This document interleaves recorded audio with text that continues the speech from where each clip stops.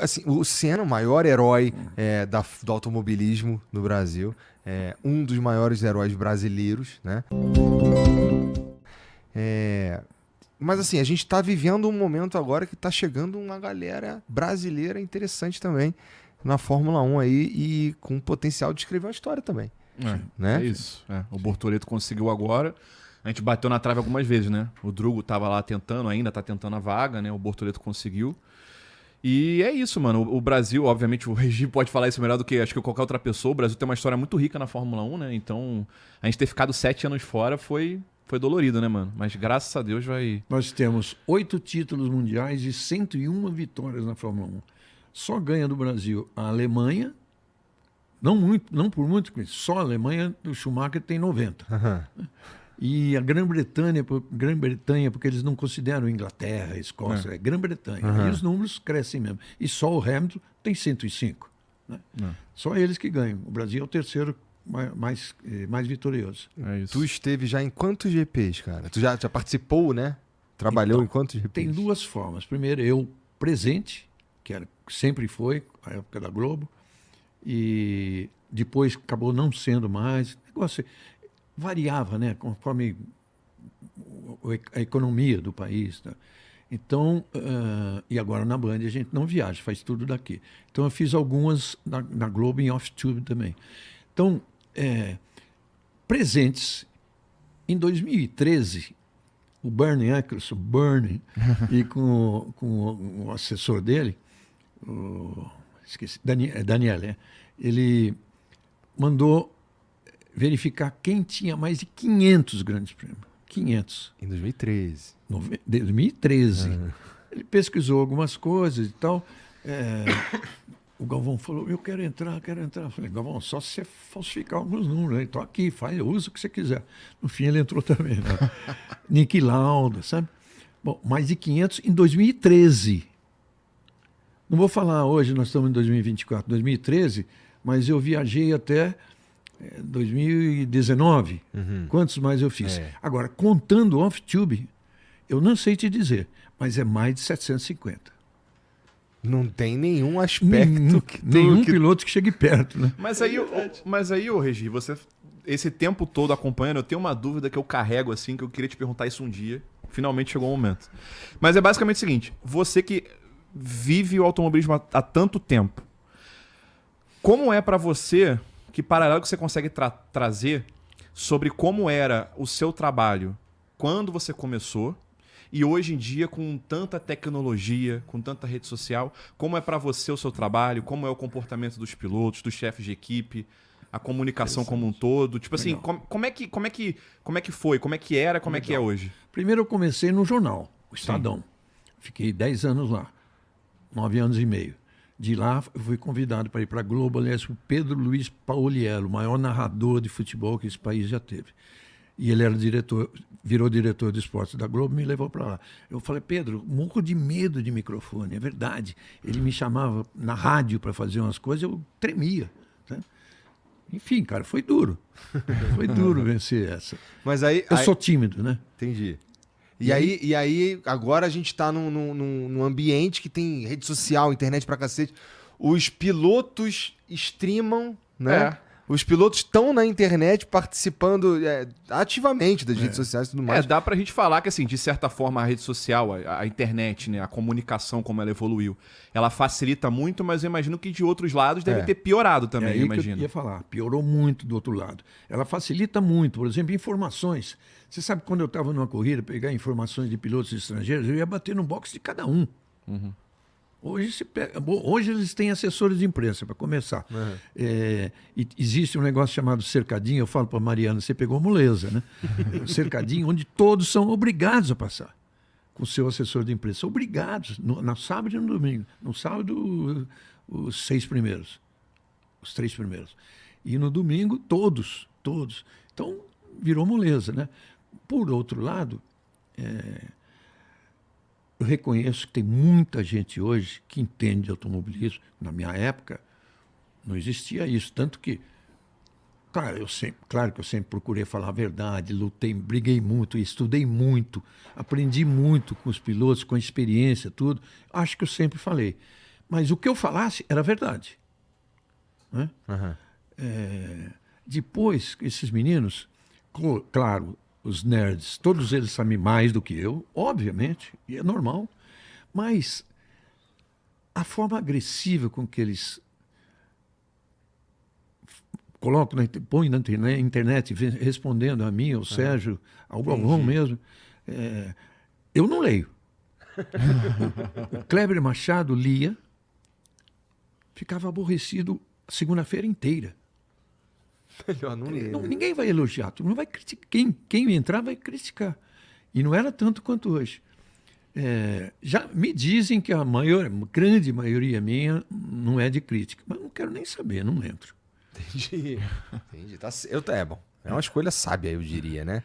Não parece ficar olhando o comentário. A gente até comentou quando eu vim aqui a primeira vez, né? Que a gente estava com o Rubinho aqui também.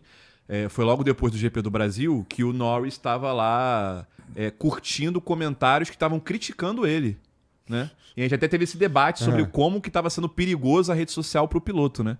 Então, assim, tem dia que tem que desligar Se mesmo. o cara começar a responder, ferrou.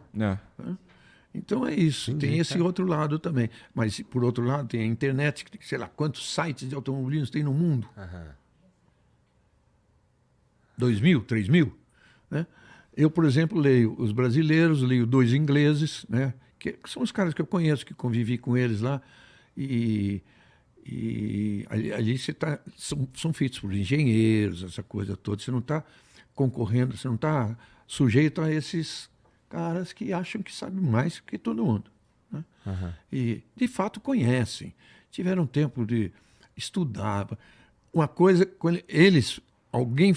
quando tem alguma crítica, entra um jornalista da antiga, tipo o Flávio Gomes, entrou e falou assim, gente, por que vocês gostam de automobilismo? Porque o Reginaldo fez vocês gostarem. Eu acho que eu vi. Eu sinto isso é um grande elogio, porque o Galvão e eu trouxemos a Fórmula 1 para o público brasileiro. Né? Ninguém sabia o que era. Não tinha nem televisão. É verdade. Fora demais. Cara, se tu tivesse com toda essa história, com tudo que tu viu, se tu tivesse... Escreveria um livro. Isso, boa. Mas, assim, se eu te pedisse para elencar os 3 pilotos favoritos, eu te arrumo um problema, eu suponho. Problema. Tá bom, então não é problema então com eles, é problema comigo. 3 não dá. 5 é difícil. 10 dá. Então tá, 10. Tá bom, vamos lá. Vai contando, hein? Vou fazer pela ordem. Vai. Senna, Hamilton. Eu considero o Hamilton atualmente o melhor piloto da história, mas o Senna... Caralho, que legal. Senna enfrentava dificuldades e superava dificuldades. Vamos lá. Terceiro, Schumacher, pelos números. 4, Verstappen, sem dúvida nenhuma. 5, aí começa a engrossar, porque tem muita gente. Vamos falar, não estou falando ainda, mas Nick Lauda, Ronnie Peterson, Jim Clark, que é dos anos 60, e morreu em 68. Ouvi falar, Regi. Morreu Por em que 68. ele é sensacional? Cara, primeiro, a vida dele, ele era um pastor de ovelha numa fazenda. Então, eu já falei isso várias vezes, ele era muito semelhante ao Senna. Introspectivo, imagine, pastorando, né, que fala, né? Pastoreando ovelha, de repente, no fim de semana, ele estava correndo de Fórmula 1. E ele é o seguinte, quando a corrida era na Inglaterra, a Inglaterra sempre faz muitas corridas na época do Grande Prêmio, né? No dia do Grande Prêmio. Teve uma que ele correu 5 categorias. Nossa! As 4 de turismo, né? Eu lembro que ele gostava do Lotus Cortina, e depois de Fórmula 1. E ganhou, pelo menos Fórmula 1 ele ganhou, as outras não sei, mas deve ter ganho. Então esse é considerado o gênio, anos 60, morreu em 68. Vamos lá. Esse cara é brabo. Vamos lá. Gilles Villeneuve. Tá. Emerson, não citei o Emerson, claro. Jack Stewart. Jack Stewart com o Emerson é mesmo nível, né? Quantos faltam? 2? Solta mais uns 2 aí, tá fechada a conta. Mais uns 2 aí. Vamos pegar de hoje quem eu acredito que será grande. Lando Norris, Oscar Piastri. Tá. Não são ainda, mas serão. Interessante essa lista aí, que assim, ela tem bastante gente Tem. de uma fase mais moderna da Fórmula 1. Sim. Né? Sim. Mesmo a gente tendo dito que a Fórmula 1 antigamente ela era mais legal. Mais romântica, né? Tudo Agora, mais. você me pergunta, qual era a mais difícil de guiar? Não sei. Eu acho que era uma romântica Imagino de que pilotar. Mas, por exemplo, é uma tese, vai. Eu acho que se botar um piloto daquela época, por exemplo, o Hamilton guiou a McLaren do Senna aqui. Não é tanta diferença, mas não é. 30 anos de diferença. Claro que ele se adaptou rapidamente. Falaram para ele dar 2 voltas, ele deu 5. Né? Não queria parar. Mas os carros antigos não tinham recursos, né? Então era bem na base do talento. Tá? Então valorizava muito o piloto. Com o crescimento do negócio, foi dando muita importância ao carro. Eu não concordo com quem diz assim, o carro é tudo. Negativo. O piloto é tudo, mas o carro influi muito, né? O Verstappen não seria o Verstappen se a equipe dele, o Adrian Newey, projetista gênio, não tivesse o carro que fez para ele. Mas os da atual, primeiro que eu vi mais, né? Convivi mais, eles conseguiram números melhores, né? E não é só números, não. Eu vejo genialidade. Vou citar um caso do Senna. O Senna, assim, quanto maior fosse a dificuldade, por exemplo, choveu, com ele mesmo. Isso é coisa do talentoso. Nas pole positions, imbatível. Uma vez o Berger corria com ele na McLaren, em Portugal. Em Portugal, o Berger estava dentro do carro, tinha feito um ótimo tempo, era pole provisória, quando o Ayrton saiu para a última volta, faltando lá 3 minutos. Eu fiquei perto do Bernie, cara.